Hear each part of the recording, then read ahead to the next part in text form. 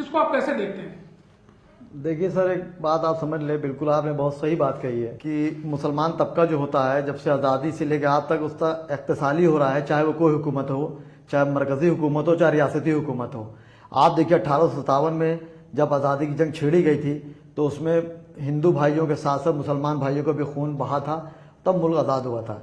लेकिन उसके बाद मुसलमान आज़ादी के बाद से जो फीसद रही वो करते करते आज सिफर पे आ गई है, उसमें कोई दो राय नहीं है। मुसलमान ने हमेशा गलती ये करी कि उसका कोई अपना नेता नहीं रहा वजूद में।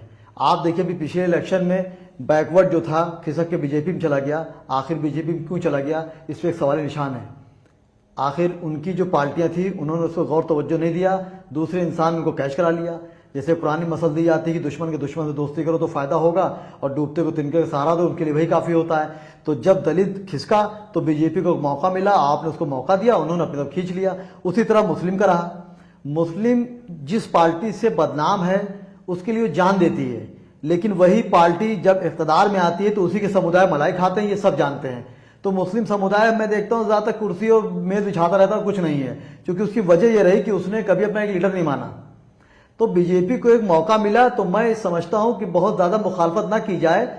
हमारे प्रधानमंत्री हों या हमारे मुख्यमंत्री हों, इनका इंटेंशन देखना है कि पसमानदा के लिए अगर इन्होंने आगे हाथ बढ़ाया है तो इसको गलत वे पे ना लेते हुए उन पर निगाह रखनी क्या चाहते हैं। जैसे हैदराबाद में एक बहुत बड़ी बात प्रधानमंत्री जी ने कही, हम उसको वॉच कर रहे हैं। अब जैसे लोग मस्जिद पे आते हैं कि मस्जिद को टारगेट किया जा रहा है या मदरसों टारगेट किया जा रहा है, तो मदरसे सर मैं एक बताता चलूँ पॉइंट, मैंने हर डिबेट पे ये बात रखी है कि जो मदरसों में जांचें हो रही हैं उसमें 11 मानक है सर, बहुत इंपॉर्टेंट चीज़ है इसको, 11 मानक हैं, उसमें 7 मानक ऐसे हैं कि जो बच्चे वहाँ पे कैसे पढ़ रहे हैं, क्या खा रहे हैं, क्या पी रहे हैं, सही से उनको देख रेख हो रही नहीं हो रही है, जिस हाल में पढ़ रहे हैं उसी हाल में क्या लेटते हैं, 100 बच्चे हैं तो कितने टॉयलेट हैं। तो इनमें आप देखिए हिंदुस्तान नहीं बल्कि दुनिया में देवबंद और नदवा सबसे बड़ा अदारा है मुसलमानों का, उसके कोई जिम्मेदार लोग मंदिर आम पर आके उन्होंने इस कमेटी की या जांच की मुखालफत नहीं की। क्यों नहीं की? इसका मतलब कहीं ना कहीं नशे में पानी भर रहा है। अब चूंकि बीजेपी ने एक बात कही है कि पसमानदा को मैं लेके चलूंगा, तो पसमानदा में मुसलमान के अलावा बहुत से लोग होते हैं, उसमें ईसाई भी आता है वगैरह वगैरह, लंबी बात हो जाएगी। तो हमें वॉच करना है, अगर उनका इंटेंशन सही है तो वेलकम है।